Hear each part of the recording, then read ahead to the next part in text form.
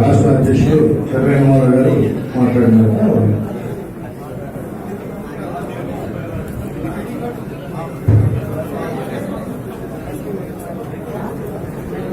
గౌరవనీయులు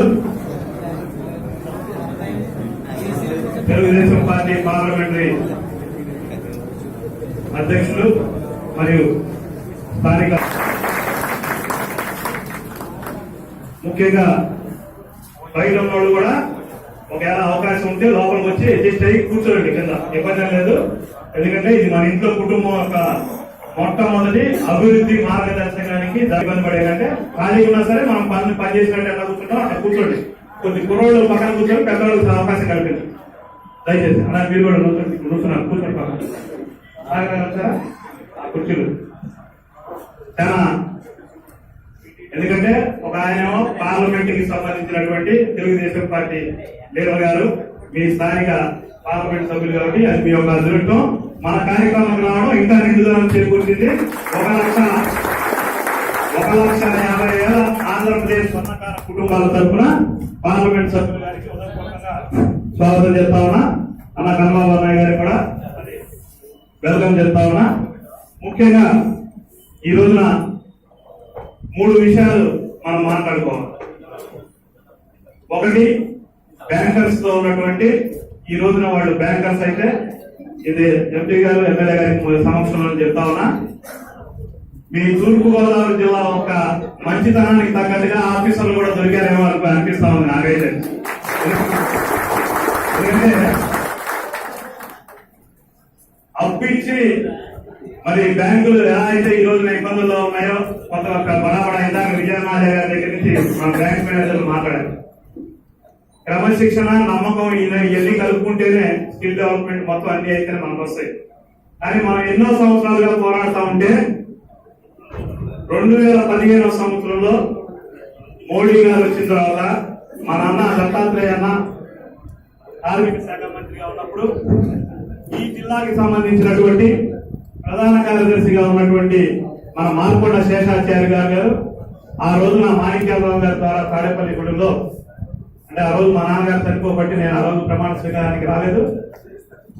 ఆ రోజు ఏదైతే మనం లెటర్ ద్వారా మనం సెంట్రల్ గవర్నమెంట్ కి పంపించామో, మాణిక్యాలరావు గారి లెటర్ ద్వారా, దత్తాత్రేయ లెటర్ ద్వారా మన ముఖ్యమంత్రి గారు చంద్రబాబు నాయుడు గారికి అయితే మనం ప్రత్యేక అభినందనలు చెప్పాలి. ఈ రోజున చంద్రన్న ప్రధానమంత్రి పేరు యాడ్ చేశారు. చంద్రన్న కార్మిక బీమాలో ఆ రోజున వైజాగ్ లో ఎయిర్ షో జరుగుతున్నప్పుడు పెద్ద గోల్ జరుగుతా ఉంటే అప్పుడు కూడా 22 మాది ఎయిట్ వచ్చామంటే బీసీ కృష్ణ గారి ప్రోగ్రామ్ అంటే కాదన్నా నేను స్వర్ణకారుల సంఘానికి కూడా అధ్యక్షుడిని.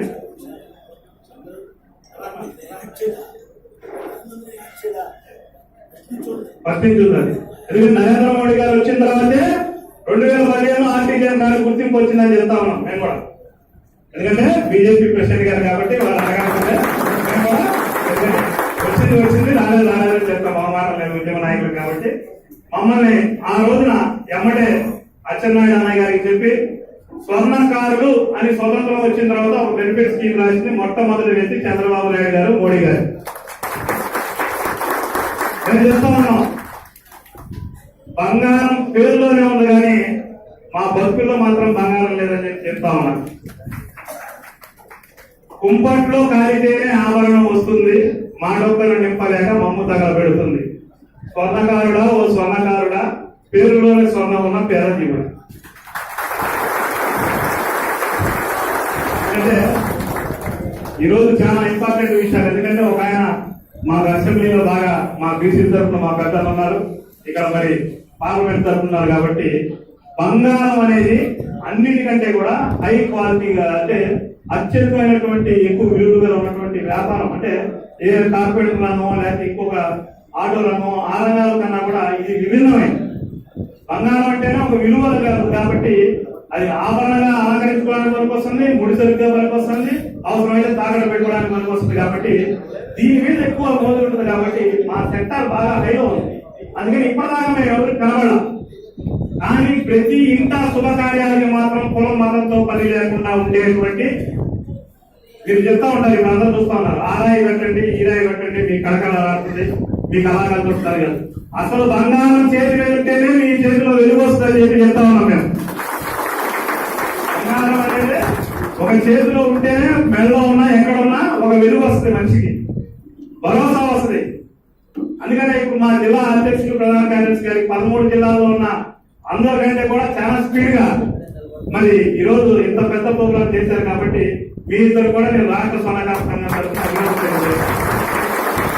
మాకున్నటువంటి పరిస్థితి బ్యాంకర్స్ ఏదైతే ఇప్పుడు ఎంత క్వాలిటీ ఉండాలా, మీకు నిబద్ధత ఉండాలి, నిజాయితీ ఉండాలి, మేము చేసేది సేవ కాదు వ్యాపారమే అని చెప్పి నిక్కచ్చిగా చెప్తా ఉన్నారు బ్యాంకర్స్ మొత్తం కూడా. 5 రేట్లు మేము అతి తక్కువ ధర్మ వడ్డీతోటి మేము మీకు అప్పులు ఇవ్వడానికి ఎప్పుడు సిద్ధంగా ఉంటాం, దాన్ని నిలబెట్టుకోవడానికి మీరు అందరూ సిద్ధంగా ఉండాలని చెప్పేసి వారి యొక్క సూచన జరిగింది. మాకు బంగారం పని వాళ్ళంటేనే ముందు అబ్బా వీళ్ళు చాలా పెద్ద కోటేశ్వరం రానట్టుగా మాకు ఒక పేరు ఉంది, కానీ ఆ పేరు మాత్రంలో వాస్తవం లేదు. అలా ఎంపీ గారు ఎమ్మెల్యే గారు చెప్తా ఉన్నా నేను, చంద్రబాబు నాయుడు గారికి చెప్పి మాకు 3 సమస్యలు ఉన్నాయి. అతి ఎక్కువ పెద్ద సమస్య ఏంటంటే పెరిగినటువంటి కార్పొరేట్ వ్యవస్థ. కార్పొరేట్ వ్యవస్థలో ప్రతిదీ కూడా దిగేలు ముందు ఇక్కడ మన ముందు ఇప్పుడు ఈ లైట్ వేసినట్టుగా దిగేలు అంటూ ఆ లైట్ల వెలుతుల్లో మరి అటు పక్క వినియోగదారుడు కూడా మోసపోతా ఉన్నాడు. స్వర్ణకారులు చేసేటువంటి ప్రతి వస్తువు కూడా 6% నుంచి 14% మాత్రమే. అది ఎంత క్వాలిటీ ఎన్ని రకాలైనటువంటి డిజైన్ అయినా సరే అది వినియోగదారుడు నష్టం కలుగుతుంది. కానీ ఈ వచ్చిన తర్వాత మాకు సెక్యూరిటీ దొరకలేదు. మిషన్ కావాలా, మీకు అది కావాలా, ఇది కావాలా, 30,000 అని అడుగుతున్నారు. మాకు కావాల్సింది ముడి బంగారం మాకు బ్యాంకుల నుంచి కావాలి. మీరు వస్తువులు తయారు చేసుకోవడానికి 100 గ్రాములు 1 బిస్కెట్ 2 బిస్కెట్లు ఎవరి స్తోమతకు తగ్గట్టుగా వారికి ముడి బంగారం మాకు కావాలి.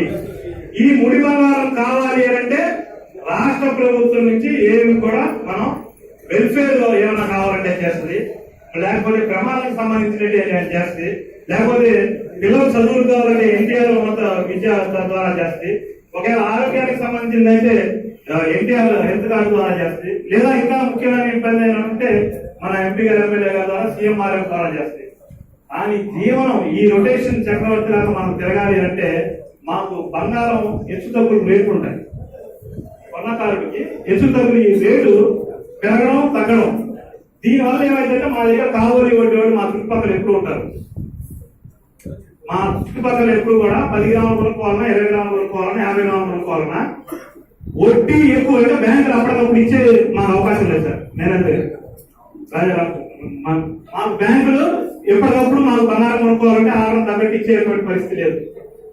ఈ పరిస్థితిలో మాకు ఎటువంటి సహాయం చేయాలన్నా ఒకటే దిశానిర్దేశం మాకు ఉంటే కేంద్ర ప్రభుత్వం ప్రత్యేకంగా కాఫీ బోర్డు, టీ బోర్డు లాగా బంగారం బోర్డు కూడా పెట్టాలి అని చెప్పేసి మా డిమాండ్. ఆల్రెడీ కాశ్మీర్ నుంచి కన్యాకుమారి దాకా మాకు ఉన్నటువంటి ఎక్కువగా మా ఆర్టీజీఎస్ ఎక్కువగా బీజేపీతో ముడిపడి ఉన్నారు కాబట్టి అమిత్ షా గారికి దృష్టిలో, నరేంద్ర మోడీ గారి దృష్టిలో ఇది ఉంది. ఈ గోల్డ్ బోర్డు కనుక వచ్చినట్లయితే బంగారం నుంచి మేము కొన్ని రకాలైనటువంటి నష్టపోతున్నటువంటి అంటే వడ్డీ తీసుకొచ్చి నష్టపోయి ఆ రొటేషన్ కట్టలేక ఆత్మహత్యలు చేసుకునే పరిస్థితులు కూడా ఉన్నాయి. ఈ గోల్డ్ బోర్డు మెయిన్ డిమాండ్. రెండోది, రాష్ట్ర ప్రభుత్వం మాకు 272 జీవో అనేది ఒకటి ఉంది. హోంమంత్రి గారు ఈ జిల్లా వాసే కాబట్టి నేను మొన్న అమలాపురం మీటింగ్ లో కూడా చెప్పాను.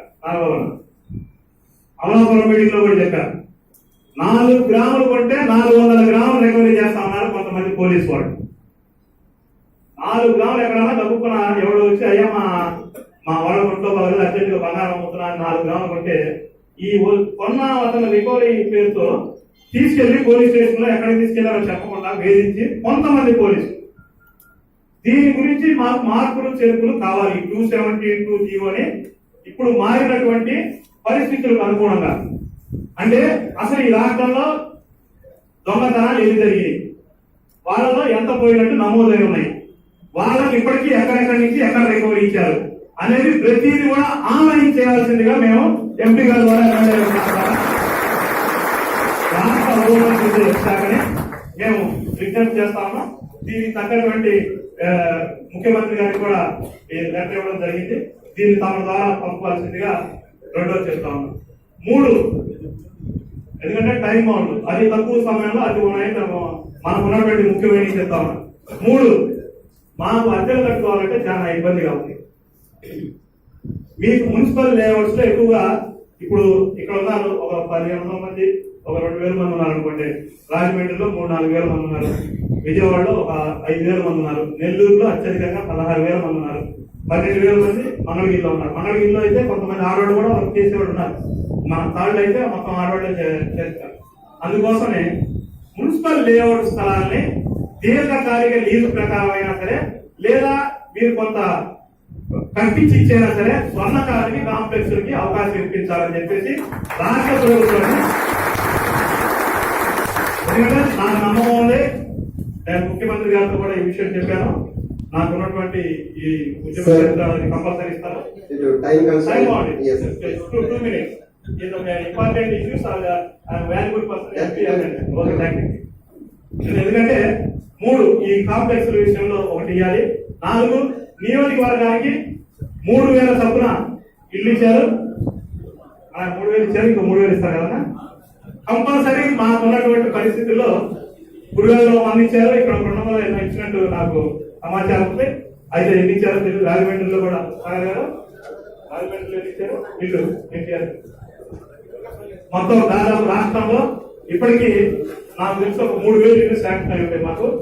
కానీ ఈ ఇళ్లని సాధించే క్రమంలో ఇక్కడ కూడా ఈ జిల్లాలో కూడా మీరు ఒకటే ఇల్లు కట్టుకోవడానికి 3 లక్షల రూపాయలు దాదాపు ఈ మనకి ఇస్తున్నారు. కాబట్టి ఆ ఇళ్లలో కూడా తాడేపల్లి గుడి కూడా నేను వెళ్ళొచ్చాను. మన మాణిక్యాల గారు సాధించేసి బ్రహ్మాండంగా అక్కడ కన్స్ట్రక్షన్ జరుగుతూ ఉన్నాయి. అంటే ఇల్లు కూడా కోటీశ్వరుడు ఎలాగైతే ఉంటే ఇల్లు ఉంటుందో ఆ రకమైనటువంటి ఇన్ఫ్రాస్ట్రక్చర్ మల్టీనేషనల్ కంపెనీలతో 6గురితో ఈ ఇళ్ల నిర్మాణం రాష్ట్రంలో జరుగుతుంది. కాబట్టి దాని మీద అందరికీ మా స్వర్ణకారులకు కూడా మా వాటా ప్రకారం మా అభివృద్ధిలో భాగస్వామ్యం కల్పించాలని చెప్పి మనస్ఫూర్తిగా కోరుకుంటూ, మరి ఈ రోజున ఇది ఒక ఆదర్శమైనటువంటి సభ. మన అభివృద్ధికి అడుగులు వేసే క్రమంలో ఉత్సాహవంతమైన నాయకులు. నేను ఒకటే చెప్తా ఉన్నా, నిజం చెబితే రోజులు మెలుస్తాం, అబద్ధం చెబితే 1 రోజు 2 రోజులు మెలుస్తాం. నాయకుడు అనేవాడు నిజం చెబితే బ్రహ్మాండంగా ఉంటది. ఈ పైన 6 కూర్చున్నాం, 50 మంది చెప్పిన విధానం ఎవరు కూడా రాష్ట్ర స్వర్ణకార సంఘాల్లోకి రావద్దని నేను చెప్తా ఉన్నాను. ఇక్కడ పైన ఉన్నటువంటి అధ్యక్షుడు పెద్ద గుమస్తా మాదిరిగా మన పిల్లల చదువులకు ఏం కావాలి, మన ఉద్యోగాల్లో ఏం కావాలి, మన ఆరోగ్యానికి ఏం కావాలి, మన వెల్ఫేర్కి ఏం కావాలి అనేటువంటి 70 సంవత్సరాల నుంచి మనం నష్టపోయింది. అది పూడ్చుకునే క్రమంలో మనం అందరం వెళ్ళాలి. కాబట్టి మనం ఒకటే చెప్తా ఉన్నాం, ఈరోజు ఆంధ్రప్రదేశ్ భవిష్యత్తు కోసం ఇవాళ మనం అందరం ఎవరిని కోరుకుంటా ఉన్నాం, మళ్ళీ చంద్రబాబే కావాలి. అవునా? ఎందుకంటే సంఘమైనా సరే మనం నీ అభివృద్ధి కోసం కాదు, ఆంధ్రప్రదేశ్ అభివృద్ధి కోసమే ఆయనే కావాలంట. అలాగే మన అభివృద్ధి కోసం కూడా నాయకుడు చిత్తశుద్ధితో పనిచేసే నాయకుడిని మీరు ఎన్నుకోండి. ఎక్కడైనా సరే ఇన్నాడు మన వెల్ఫేర్ లో మనకు మోసం జరిగింది. స్వతంత్రం వచ్చిన కానించి ఆ వెల్ఫేర్ ఫలాలు పట్టాలంటే షాప్ లాంటి మరి ఒక చిన్న విషయం చెప్పేసి నేను ముగిస్తా. ఒక కేజీ ఎనప ముక్క తీసుకోండి. ఒక కేజీ ఎనప ముక్క ఇంటి ముందు పడేయండి. ఇంకో కేజీ ఎనప ముక్క షాప్ లాగా తయారు చేయండి. సంవత్సరం తర్వాత చూడండి, ఇంటి ముందు పడేసి ఎనప ముక్క ఎండకెళ్ళి వానకి తరిసి తరిగి పుట్టుకుపోయి ఎందుకు పనికిరాలన్నమాట. అదే కేజీ ఎనప ముక్క కత్తి చేసింది ఇంట్లో కూరగాయలు తరుపుకొని శుభ్రంగా తరతలా పెరుస్తూ ఉంది. అలాగే నాయకుడు అనేవాడు మెరిసేవాడినే మీరు ఎక్కడైనా సరే మీరు తెచ్చుకొని మనం పని చేయించుకునేట్టుగా ఉండాలని ఆ రకంగా మీరందరూ జిల్లా అధ్యక్షులు, ప్రధాన కార్యదర్శి గారు, స్థానిక అధ్యక్షులు మరి శ్రీనివాసరావు గారు, త్రిపురస్ గారు, మీరు అధ్యక్షుడు శ్రీనివాసు, సెక్రటరీ శ్రీనివాసు, కోశాధికారి శ్రీనివాసు. అలాగే ఓకే. వారి మీ ముగ్గురికి మాజీ అధ్యక్షుడు అందరూ కూడా మీరందరూ కూడా చాలా విలువైన సమయం వచ్చి ఎంపీ గారు, ఎమ్మెల్యే గారు వచ్చారు. కాబట్టి మన టైం బౌండ్ లో ఉన్న వాస్తవాలు మొత్తం మీకు ట్రాక్ చెప్పాను. మా భవిష్యత్తు కోసం మీరు సహకరించాలని మనస్ఫూర్తిగా కోరుకుంటూ